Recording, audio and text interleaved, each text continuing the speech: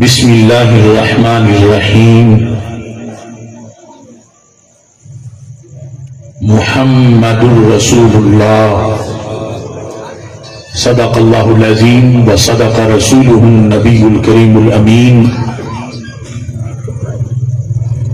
ان اللہ وملائکتہ یصلون علی النبی یا ایہا الذین آمنوا صلوا علیہ وسلموا تسلیما الصلاۃ والسلام علیک یا سیدی یا رسول اللہ وعلی آلک واصحابک یا سیدی یا حبیب اللہ۔ سب حضرات درود و سلام کا نذرانہ پیش کریں۔ الصلاۃ والسلام علیک یا سیدی یا خاتم النبیین وعلی آلک واصحابک یا سیدی یا خاتم المعصومین۔ مولا صلی وسلم دائما ابدا علی حبیبک خیر الخلق کلہم منزہ عن شریک فی محاسنہ فجوہر الحسن فیہ غیر منقسم۔ محمد تاج رسول اللہ قاطبۃ محمد صادق الاقوال والکلم محمد ذکرہ روح لانفسنا محمد شکرہ فرد علی الامم۔ رب صلی وسلم دائما ابدا علی حبیبک خیر الخلق کلہم۔ خدایا بحق بنی فاطمہ کہ برقول ایماں کنی خاتمہ اگر دعوتم رد کنی ور قبول منو دستو دامان آل رسول صلی اللہ علیہ وسلم۔ خدا ہے جن کو عظیم کہتا مقام ان کا بڑھا بڑھا کر انہی کی عظمت بتا رہے ہیں انہی کے نعرے لگا لگا کر۔ خدا نے ان کو علوم بخشے قرب میں اپنے بلا بلا کر عیاں ہے ان پہ وہ ذرہ ذرہ رکھو جسے تم چھپا چھپا کر۔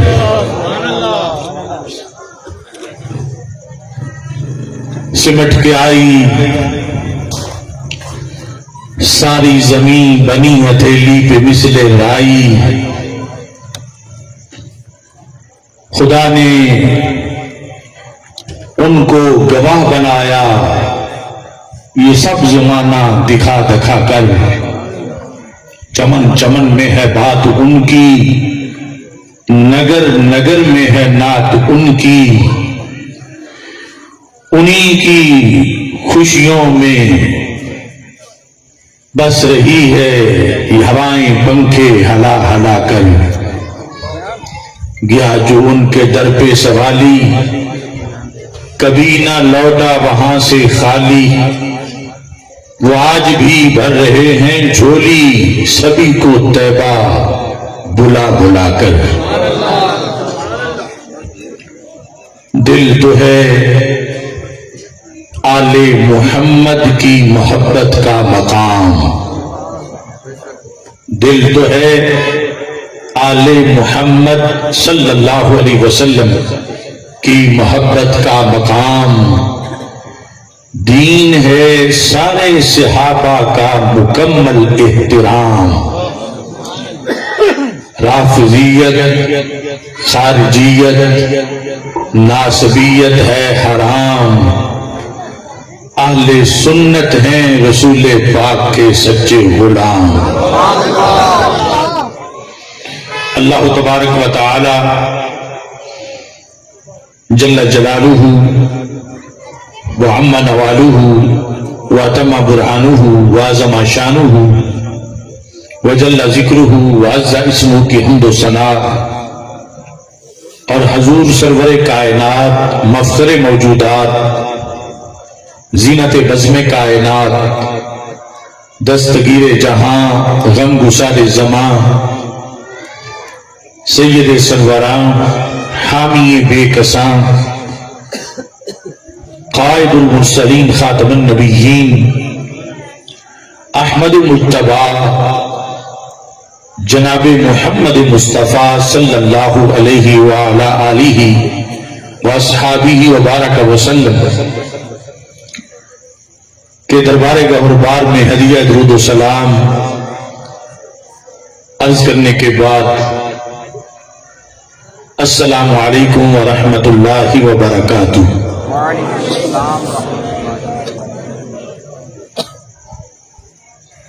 رب ذوالجلال کے فضل اور توفیق سے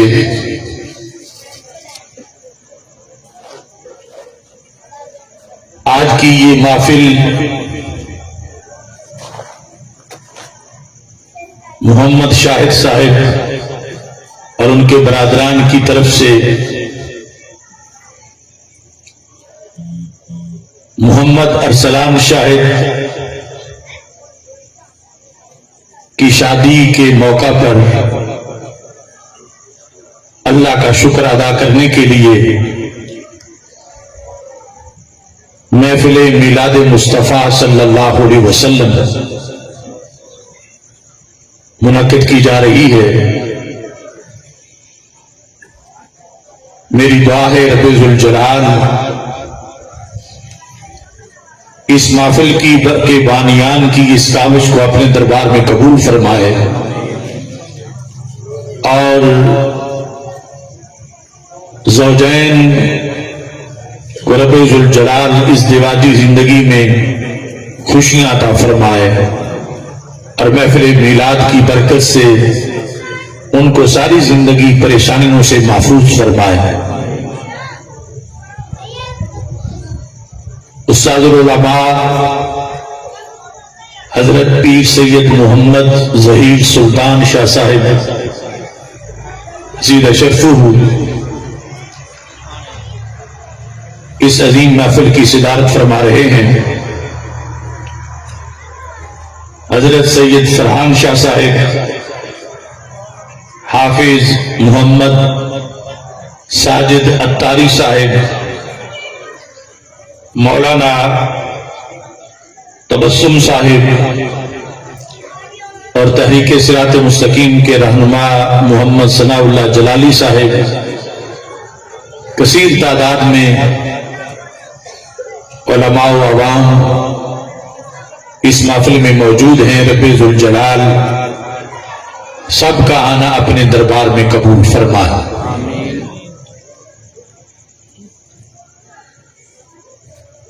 اللہ کا کروڑوں بار شکر ہے کہ رب ذوالجلال نے ہمیں امت مصطفیٰ صلی اللہ علیہ وسلم میں شامل کیا اور ہمیں اہل سنت و جماعت کا مسلک عطا کیا۔ ہمارا آج بھی عقیدہ ہے چمک تجھ سے پاتے ہیں سب پانے والے، میرا دل بھی چمکا دے چمکانے والے ہیں۔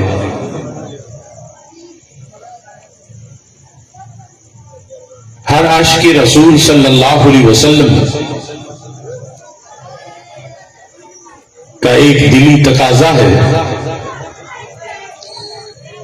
کہ میرے آقا سرور کونین صلی اللہ علیہ وسلم مجھ پہ نگاہ کرم فرمائیں اور میرا بیڑا پار ہو جائے۔ رب ذوالجلال نے چونکہ ہمارے آقا صلی اللہ علیہ وسلم کو آخری نبی بنایا ہے، اگرچہ ہم صدیوں بعد پیدا ہوئے ہیں مگر حضرت محمد مصطفیٰ صلی اللہ علیہ وسلم ہی ہمارے نبی ہیں اور ہمیں آپ کے در پاک کی خیرات ملنے کی ہر وقت امید رہتی ہے اور وہ خیرات عطا فرماتے ہیں۔ خوشی کا موقع ہو یا غمی کا موقع، جب رسول اکرم نور مجسم شفیع معظم صلی اللہ علیہ وسلم پہ درود و سلام پڑھا جاتا ہے، آپ کے فضائل و کمالات کو بیان کیا جاتا ہے، تو نبی اکرم صلی اللہ علیہ وسلم اپنے غلاموں پہ نظر کرم فرماتے ہیں۔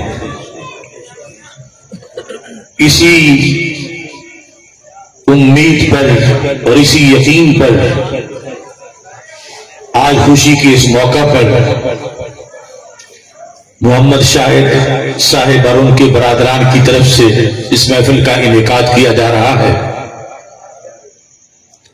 اس میں جو بنیادی عقیدہ ہے، جس کی بنیاد پر ایسی محافل کا ایسے مواقع پر انعقاد کیا جاتا ہے، وہ یہ عقیدہ ہے کہ ہمارے آقا مولا حضرت محمد مصطفیٰ صلی اللہ علیہ وسلم اپنے روضہ پرنور میں زندہ و تابندہ ہیں۔ جو وہاں جا کے سلام کہتا ہے آپ اسے بھی جواب دیتے ہیں، اور جو یہاں سے پڑھتا ہے آپ اس کو بھی جواب ارشاد فرماتے ہیں۔ اور سلام جس وقت نبی اکرم صلی اللہ علیہ وسلم کو کوئی کہتا ہے، اس کا مطلب یہ ہوتا ہے کہ وہ سرکار دو عالم صلی اللہ علیہ وسلم کی طرف سے نور کی ایک چھتری کے نیچے آ گیا ہے، اور زمانے کے غم و آلام سے بچنے کے لیے اس کو ایک قلعہ میسر آ گیا۔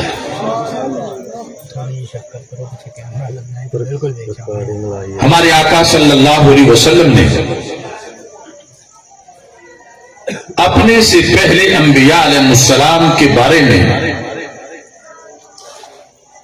یہ ذکر کیا کہ میرے بعد تو کوئی نبی نہیں آئے گا جو آ کے میرے بارے میں بیان کرے کہ میں وصال کے بعد کس حالت میں ہوں۔ میں خود اپنے سے پہلے انبیاء جو وصال فرما چکے ہیں ان میں سے بعض کی کیفیت کو بیان کر دیتا ہوں تاکہ میرے امتی سمجھیں کہ جب رسول اللہ صلی اللہ علیہ وسلم کی امت میں شامل ہونے کی تڑپ رکھنے والے نبی قبر میں اس قدر تابندہ ہیں تو ان کے آقا اپنے روضہ پاک میں کس قدر تابندہ ہوں گے۔ صحیح مسلم شریف کی حدیث ہے کہ رسول اکرم صلی اللہ علیہ وسلم ارشاد فرماتے ہیں، معراج کی رات جب میں زلف ٹیلے کے پاس سے گزرا، رأیت موسیٰ قائما یصلی فی قبرہ، تو میں نے حضرت موسیٰ علیہ السلام کو دیکھا وہ اپنی قبر میں کھڑے ہو کر نماز پڑھ رہے تھے۔ اب حیات النبی صلی اللہ علیہ وسلم قبر کے اندر یہ ایسی نہیں کہ جیسے کوئی بندہ سویا ہوا ہو، کیونکہ سویا ہوا قائم نہیں ہوتا اور نہ سویا ہوا یصلی ہوتا ہے، کھڑا بھی ہو اور نماز بھی پڑھ رہا ہو۔ تو میرے آقا صلی اللہ علیہ وسلم خود یہ بیان کر گئے کہ میرے بعد تو کوئی بیان کرنے آئے گا نہیں کہ جو میری امت کو میرے بارے میں بتائے کہ بعد از وصال میں اپنے روضہ پاک میں کیسا ہوں۔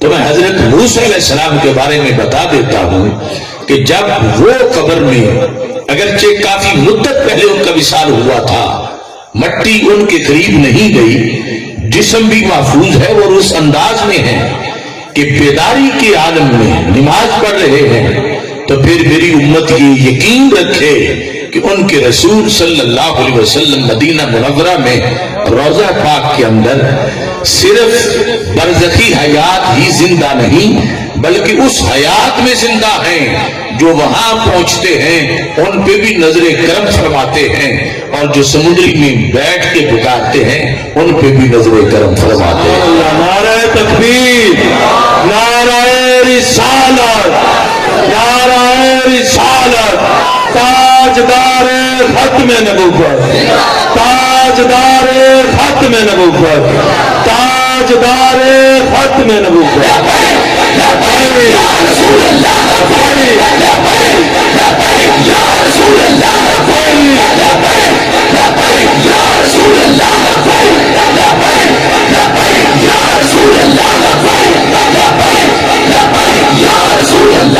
لہذا سیاستہ میں یہ حدیث موجود ہے، ہمارے آقا صلی اللہ علیہ وسلم نے ارشاد فرمایا ان اللہ حرم علی الارض ان تأکل اجساد الانبیاء فنبی اللہ حی یرزق۔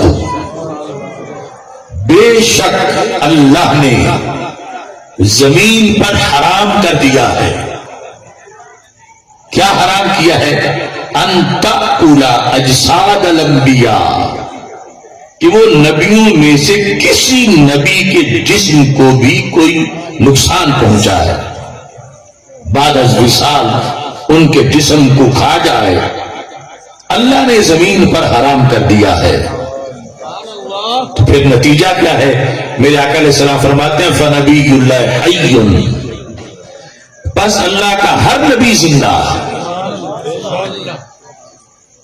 اور صرف زندہ ہی نہیں، یرزق، انہیں قبر میں رزق بھی پہنچایا جاتا ہے۔ تو ہم زندہ نبی کے ماننے والے ہیں، اور اس بنیاد پر نبی اکرم نور مجسم شفیع معظم صلی اللہ علیہ وسلم کے لحاظ سے ہمارا یہ عقیدہ ہے کہ ہم دنیا میں جہاں بھی ہوں، اور بالخصوص جب ایسے اجتماعات میں ہیں، قرآن و سنت پڑھانے کی کلاس میں ہیں، اچھے اعمال میں ہیں، تو ہمارے آقا صلی اللہ علیہ وسلم اپنے غلاموں پہ خصوصی نظر کرم فرماتے ہیں۔ فرما حیاتی خیر لکم و وفاتی خیر لکم، اے میری امت، میری حیات بھی تمہارے لیے خیر تھی اور خیر ہے، اور زیادہ جب میرا وصال ہو جائے گا تو میری وفات بھی تمہارے لیے خیر ہے۔ کس طرح؟ فرما قیامت تک میری امت، صحابہ تم اور تمہارے بعد، جو بھی تم عمل کرو گے وہ مجھ پہ پیش کیا جائے گا، میں اس کو دیکھوں گا۔ ما رأیت من خیر حمدت اللہ، جب میں دیکھوں گا درود پڑھ رہے ہیں، سلام پڑھ رہے ہیں، نماز پڑھ رہے ہیں، روزہ رکھ رہے ہیں، حج کر رہے ہیں، زکوٰۃ دے رہے ہیں، میں اللہ کا شکر ادا کروں گا کہ میرا پڑھایا ہوا سبق انہیں یاد ہے۔ اور فرمایا اگر تم سے کوئی گناہ ہو گیا، اے میرے قیامت تک کے غلاموں، استغفر لکم، تمہارے گناہوں کی معافی اللہ سے میں مانگ لوں گا، یعنی تمہارے لیے بخشش، تمہارے لیے مغفرت میں اللہ تعالیٰ سے طلب کروں گا۔ ہم وہ خوش نصیب ہیں، بخاری شریف میں حدیث شریف ہے کہ ہمارے آقا صلی اللہ علیہ وسلم نے فرمایا بڑا عمل تو بڑا عمل رہا، اگر میرا امتی قیامت تک مسجد سے تنکا اٹھا کے بھی باہر پھینکے گا صفائی کے پیش نظر، فرما میری آنکھ سے وہ بھی نہیں چھپے گا۔ تو اتنی بڑی بڑی محافل کیسے چھپ سکتی ہے؟ خود ہمارے آقا صلی اللہ علیہ وسلم نے یہ ارشاد فرمایا ما من احد یسلم علی الا رد اللہ علی روحی حتی ارد علیہ السلام۔ ما من احد کلمات حسر ہیں، جو بھی ہو، مطلب یہ ہے کہ پڑھا ہوا ہو یا ان پڑھ ہو، نزدیک ہو یا دور ہو، پہلی صدی کا ہو یا 15ویں صدی کا ہو، کوئی بادشاہ ہو یا کوئی عوام ہو، کوئی امیر ہو یا کوئی غریب ہو، بشرطے کہ میرا امتی ہو، وہ جہاں سے بھی مجھے سلام کہے گا، فرما اللہ قیامت تک میری روح کو مجھ پر لوٹاتا رہے گا، میں کسی کو بھی کسی سیکٹری سے جواب نہیں دلواؤں گا، میں سب کو خود جواب ارشاد فرماؤں گا۔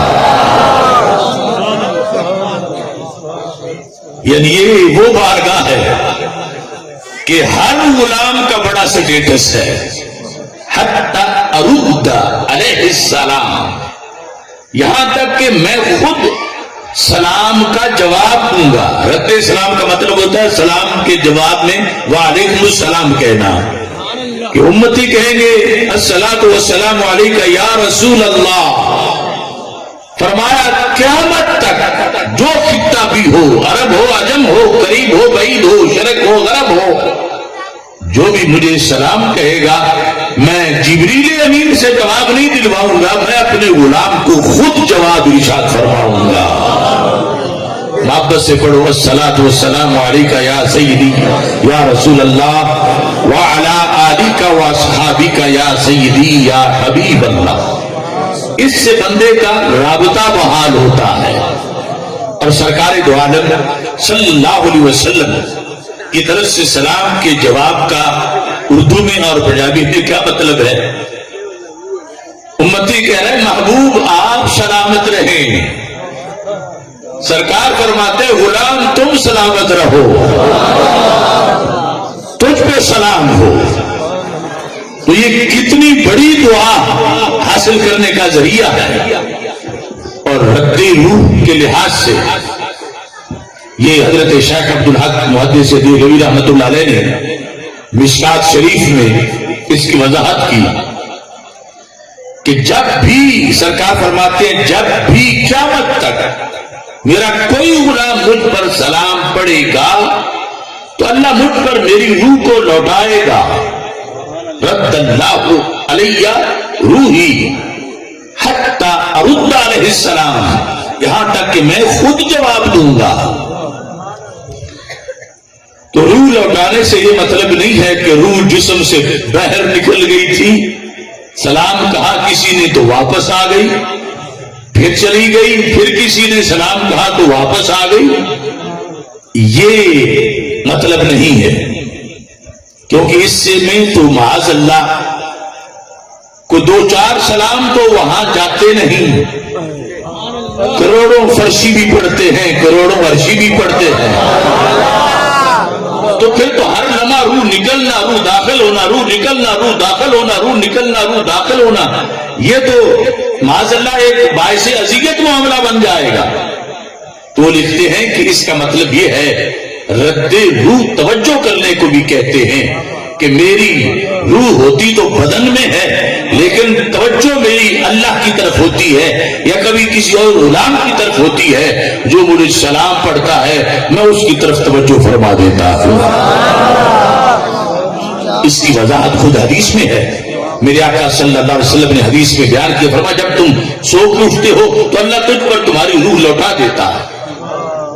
تو کیا جو سویا ہوا تھا کوئی مرا ہوا تھا؟ نہیں، روح موجود تھی، اس کا رابطہ ادھر اللہ کے ساتھ تھا، اللہ نے روح کو چھوڑا تو تب جاگ آئی، لیکن بندہ مرا ہوا نہیں تھا۔ تو اس طرح رد روح کا مطلب جو وہابی کہتے ہیں کہ روح نکل جاتی ہے، اور پھر وہ نکلتی نہیں، جب غلام سلام پڑھتا ہے بیاکت لاکھوں پڑھ رہے ہوں کروڑوں پڑھ رہے ہوں، سرکار سب کی توجہ فرما رہے ہوتے ہیں۔ نعرہ تکبیر، نعرہ رسالت، علماء حق اہل سنت، تاجدار ختم نبوت، یا رسول اللہ، یا رسول اللہ، یا رسول اللہ،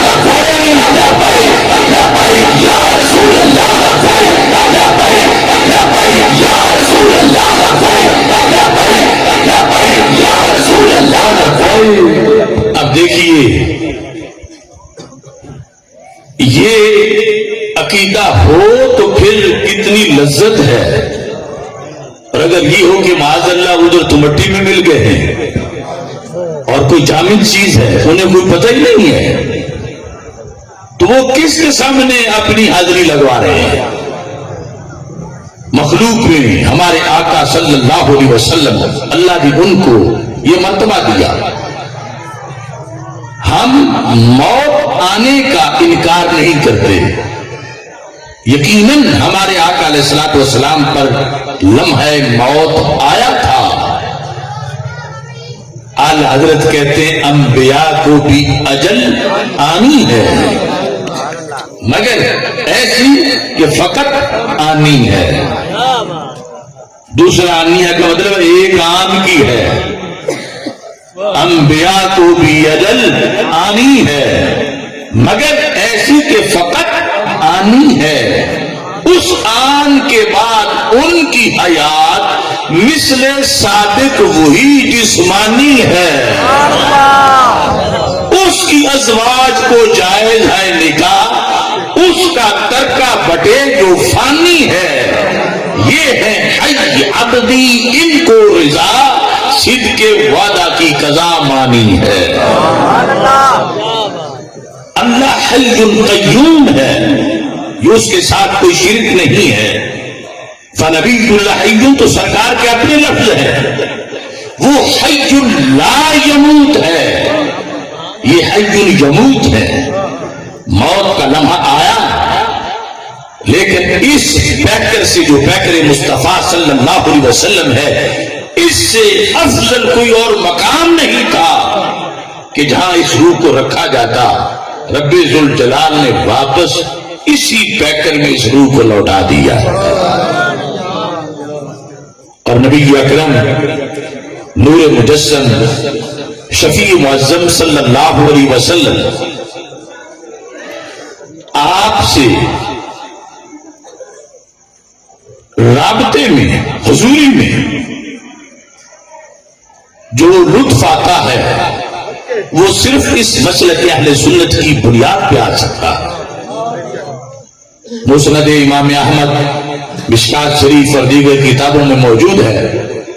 حضرت معاذ بن جبل رضی اللہ تعالیٰ عنہ کو جب ہمارے آقا صلی اللہ علیہ وسلم نے یمن کا قاضی بنا کر بھیجا، حدیث شریف میں معاذ راکب ورسول اللہ صلی اللہ علیہ وسلم یمشی تحت راحلتہ.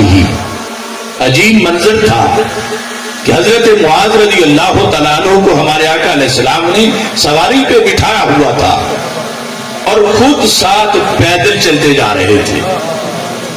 یوں سی ہے ان کو ہدایات فرما رہے تھے کہ یمن میں تم نے جا کر کیا کرنا ہے، مسائل کا جواب کیسے دینا ہے، لوگوں کے فیصلے کیسے کرنے ہیں.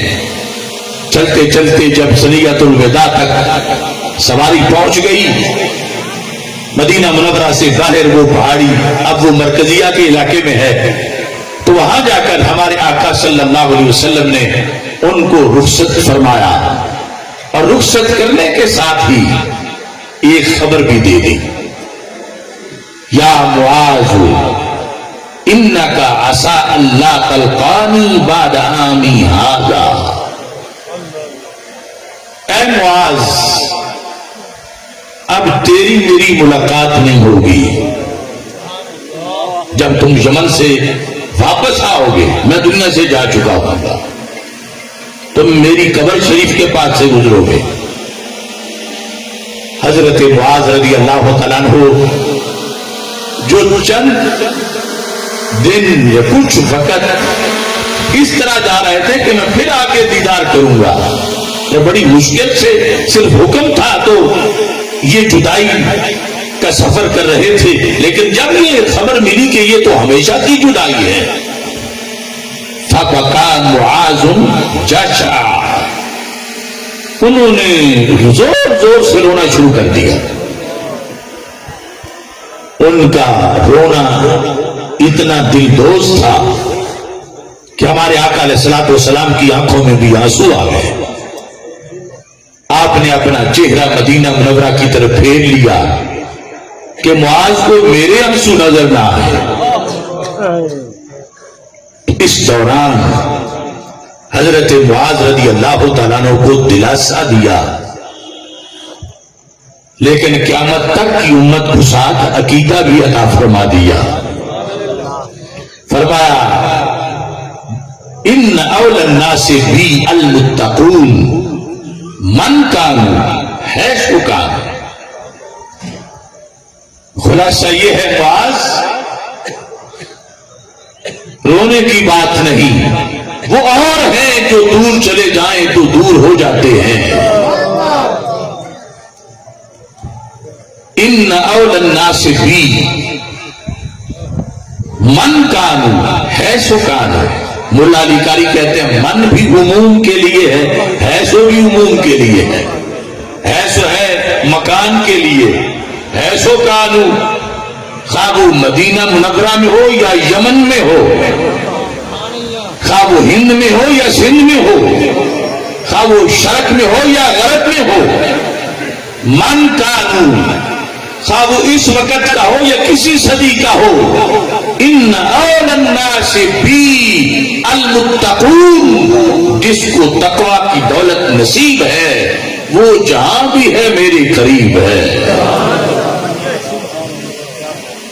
فکر کر تعمیر دل کی وہ یہی آ جائیں گے. بن گیا جس دن مکان خود ہی مکین آ جائیں گے. رسول اللہ صلی اللہ علیہ وسلم نے یہ فرما دیا وہ تمہاری طرف سے ہو سکتا ہے کہ تمہاری تیاری نہ ہو. فرما ہماری طرف سے، یعنی بعد والوں کے لیے یہ لحاظ سے فرمایا ہماری طرف سے تو کوئی دوری نہیں ہے. تو اس بنیاد پر یہی عقیدہ پھر اہل سنت و جماعت میں آگے چلا. ذابی نے سیر و اعلام النبلاء میں لکھا ہے حضرت امام بخاری رحمت اللہ علیہ محمد بن ابی حاتم جو ان کے پرسنل سیکرٹری تھے ان کو احادیث لکھا رہے تھے، اور لکھاتے لکھاتے کافی ٹائم گزر گیا اور آپ نے سمجھا کہ شاید میرا شاگرد لکھ لکھ کے تھک گیا ہوگا. تو آپ نے امام المسلمین امام بخاری کا عقیدہ دیکھیں. رسول اکرم صلی اللہ علیہ وسلم کے وصال کو ایک طویل زمانہ گزر گیا ہے اور امام بخاری مدینہ منورہ سے بہت دور بیٹھے ہیں. آپ نے شاگرد کو کہنے لگے طب نفسا، خوش رہو. کتنے خوش قسمت ہو تو ان اہل الملاہی فی ملاہیہم والتجار فی تجاراتہم واہل الصناعات فی صناعاتہم فانت مع النبی واصحابہ صلی اللہ علیہ وسلم. فرمایا صنعت کار صنعتوں میں مصروف ہیں، گپے لگانے والے گپے لگا رہے ہیں، تاجر تجارتیں کر رہے ہیں، اور تم کہاں ہو محمد بن ابی حاتم، تم کہاں ہو؟ فرمایا انت مع النبی، تم اللہ کے رسول علیہ السلام کے دربار میں حاضر ہو، واصحابہ، ان کے صحابہ کے ساتھ بیٹھ کر تم یہ حدیث پڑھ رہے ہو. یہ حضوری کا عقیدہ ہم نے گھڑا نہیں، اعلی حضرت رحمت اللہ علیہ نے گھڑا نہیں، یہ حدیث سے چلا ہے. امام بخاری اس نظریے کے تحت پڑھتے تھے، پڑھاتے تھے کہ دنیا کے جس کونے میں بھی کوئی قرآن پڑھتا ہے یا حدیث پڑھتا ہے، خواہ وہ محفل میں ہے خواہ وہ کسی کلاس میں ہے، اسے یہ یقین رکھنا چاہیے کہ ہمارا پورا یہ اجتماع، یہ کلاس رسول اکرم صلی اللہ علیہ وسلم کی نگاہ کے نیچے موجود ہے، اور سرکار دیکھ بھی رہے ہیں اور کرم بھی فرما رہے ہیں. صحابہ کرام رضی اللہ تعالیٰ عنہ ان سے یہ بیانیہ چلا. حضرت سیدہ عائشہ صدیقہ رضی اللہ تعالیٰ عنہ مشکات شریف میں ان کا یہ عقیدہ موجود ہے. کہتی ہیں کہ میرا حجرہ جس میں اللہ کے رسول صلی اللہ علیہ وسلم ہمیشہ کے لیے جلوہ گر ہوئے، میں اس میں حاضری کے لیے جب اندر داخل ہوتی تھی تو اندر میں پردے کا اہتمام نہیں کرتی تھی. پھر وقت آیا تو میرے ابا جی بھی وہی دفن ہوئے. میں پھر بھی اندر جاتی تھی تو اندر میں پردے کا اہتمام نہیں کرتی تھی. لما دفن عمر معہم، جب تیسرے نمبر پر حضرت عائشہ صدیقہ رضی اللہ تعالی عنہا کی اجازت سے، جیسا کہ بخاری شریف میں ہے، حضرت عمر رضی اللہ تعالی عنہ کو حجرہ رسول علیہ السلام میں دفن کیا گیا تو ام المومنین کا عقیدہ سنو. کہتی واللہ ما دخلت الا وانا مسدودۃ علی ثیابی حیاء من عمر. فرما حضرت عمر فاروق کے وہاں پر ان کی قبر بن جانے کے بعد خدا کی قسم میں اندر بھی پردے میں ہی رہتی تھی. کیوں؟ فرما عمر فاروق سے حیا کی وجہ سے. کیا یہ تواضع پرستی ہے؟ کیا یہ گھڑی ہوئی بات ہے؟ یہ ام المومنین خذوا شطر دینکم من ہذہ حمیرہ، ہمارے آقا علیہ السلام نے فرمایا یہ تمہاری جو امی عائشہ ہے، میری امت میرے صحابہ ان سے آدھا دین حاصل کر لو. ان کا یہ نظریہ ہے کہ ہمارے آقا صلی اللہ علیہ وسلم اپنے روضہ پاک میں آپ کا عالم تو کیا ہے، حضرت عمر رضی اللہ تعالی عنہ بھی اس حالت میں ہے کہ ان سے ام المومنین حیا کر رہی ہے، پردہ کر رہی ہے. اب بتاؤ حیا زندہ سے ہوتی ہے یا مردہ سے ہوتی ہے؟ حیا من عمر. اور پھر مسند امام احمد اور دیگر مآخذ میں موجود ہے کہ جب مروان مدینہ منورہ کا گورنر تھا، اس نے دیکھا کہ کوئی شخص روضہ رسول صلی اللہ علیہ وسلم پر حاضری دے رہا ہے. اس وقت ایک ہی دیوار تھی، حجرہ عائشہ صدیقہ رضی اللہ تعالی عنہا کی، دروازہ کھلا تھا. یہ 4 دیواریں نہیں تھیں اور دروازے سے باہر والا دیکھ سکتا تھا کہ اندر کوئی حاضری دے رہا ہے. تو مروان نے دیکھا کہ کوئی شخص حاضری دے رہا ہے. وادیاً جب آتا ہوں علی قبر رسول اللہ صلی اللہ علیہ وسلم، حاضری کیسے دے رہا ہے؟ اپنا ماتھا اللہ کے رسول علیہ السلام کی عین قبر شریف کے اوپر رکھا ہوا ہے. اب ہم تو وہاں تک پہنچ ہی نہیں سکتے. قبر رسول علیہ السلام پر دوسری روایت حدیث میں یہ ہے کہ وادیان وجہہ، اپنا چہرہ رکھا ہوا ہے. اس نے جب دیکھا اس حالت میں اور جانتا نہیں تھا کہ یہ کون بندہ ہے، تو کہنے لگا اتدری ما تصنع، تم جانتے ہو کہ تم کیا کر رہے ہو؟ یعنی اس انداز میں کہ جیسے کوئی بڑا گناہ تم کر رہے ہو. اتدری ما تصنع، وہ جانتے ہو کہ یہ تم کیا کر رہے ہو. یعنی وہ جس کو پھر ابن عبد الوہاب نے اپنے انداز میں شرک قرار دیا. اندر جو حاضری دینے والی شخصیت تھی انہوں نے بڑا مطمئن لہجے میں کہا نعم، میں جانتا ہوں میں کیا کر رہا ہوں. تو مروان کو بڑا تعجب ہوا کہ ایک تو یہ بندہ بڑی غلطی کر رہا ہے اور دوسرا آگے سے بول بھی ایسے رہا ہے کہ جیسے میں نے غلطی کی ہو. آگے ہو کے دیکھا کہ یہ ہے کون؟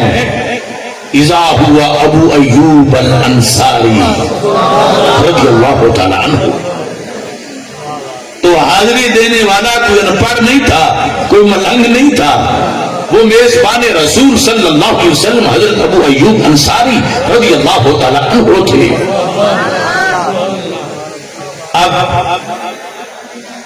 یہ چپ ہوا. حضرت ابو ایوب انصاری رضی اللہ تعالی عنہ نے صحابہ والا عقیدہ بیان کیا. کہتے ہیں جئت رسول اللہ صلی اللہ علیہ وسلم ولم آتی الحجر، میں پتھر کے پاس نہیں آیا، میں اپنے رسول کے پاس آیا ہوں۔ جئت رسول اللہ صلی اللہ علیہ وسلم، یعنی دو پہلو تھے، ایک تو تھا کہ صرف اپنا عقیدہ بیان کر دیں، لیکن ایک دوسرے کی نفی بھی کریں۔ کچھ لوگ ہمیں کہتے ہیں کہ دوسرے کو کچھ نہ کہو، جتنا بھی وہ غلطی کرتا رہے، لیکن صحابہ کا انداز یہ ہے کہ صحیح کو بیان بھی کرنا ہے، غلط کی نفی بھی کرنی ہے۔ جئت رسول اللہ صلی اللہ علیہ وسلم، جو تم میرے آنے پر یوں اپنا چہرہ رکھنے پر تو اعتراض کر رہا ہے، تو میں کسی بت کے پاس نہیں آیا، میں تو اللہ کے رسول علیہ السلام کے پاس آیا ہوں۔ ولم آتی الحجر، یہ آج بھی جو وہاں پتھر پتھر والی بات کرتے ہیں، ان کا رد کرتے ہوئے حضرت ابو ایوب انصاری رضی اللہ تعالیٰ عنہ نے واضح کیا کہ میرا نظریہ پتھر والا نہیں، میرا نظریہ زندہ رسول والا ہے۔ اور یہ عجیب ایک امتیاز ہے، عجیب رزلٹ اور نتیجہ ہے۔ دعویٰ تو ہر کوئی کرتا ہے کہ ہم صحابہ کے نقش قدم پر ہیں، کوئی تو ویسے ہی باغی ہیں صحابہ کے بھی، لیکن کچھ کہتے ہیں ہم ان کے نظریے پر ہیں، کیونکہ قرآن کہتا ہے فَإِنْ آمَنُوا بِمِثْلِ مَا آمَنْتُمْ بِهِ فَقَدِ اهْتَدَوْا، کہ قیامت تک عقیدہ قبلہ اس کا سیدھا کرنا ہے تو صحابہ کی عقیدہ کی قبلہ کی طرف رکھو۔ اب دو بیانیے ہیں اس وقت معاشرے میں، آپ سارے حضرات کا علماء ہو، عوام ہو، اہل سنت، ہمارا یہ عقیدہ ہے کہ جو بھی جاتا ہے وہاں پہ کہتا اپنے نبی کے پاس آیا ہوں، اور یہاں سے جاتا ہے تو کہتا نبی کے پاس جا رہا ہوں، اور ادھر والے وہ جو ہے وہ کہتے ہیں یہاں تو کوئی بت ہے، یہاں آنے کی ضرورت کیا ہے؟ تو پتہ چلا اللہ نے ہمیں وہی عقیدہ عطا کیا ہے جو صحابہ کرام رضی اللہ تعالی عنہم کو عقیدہ عطا فرمایا تھا۔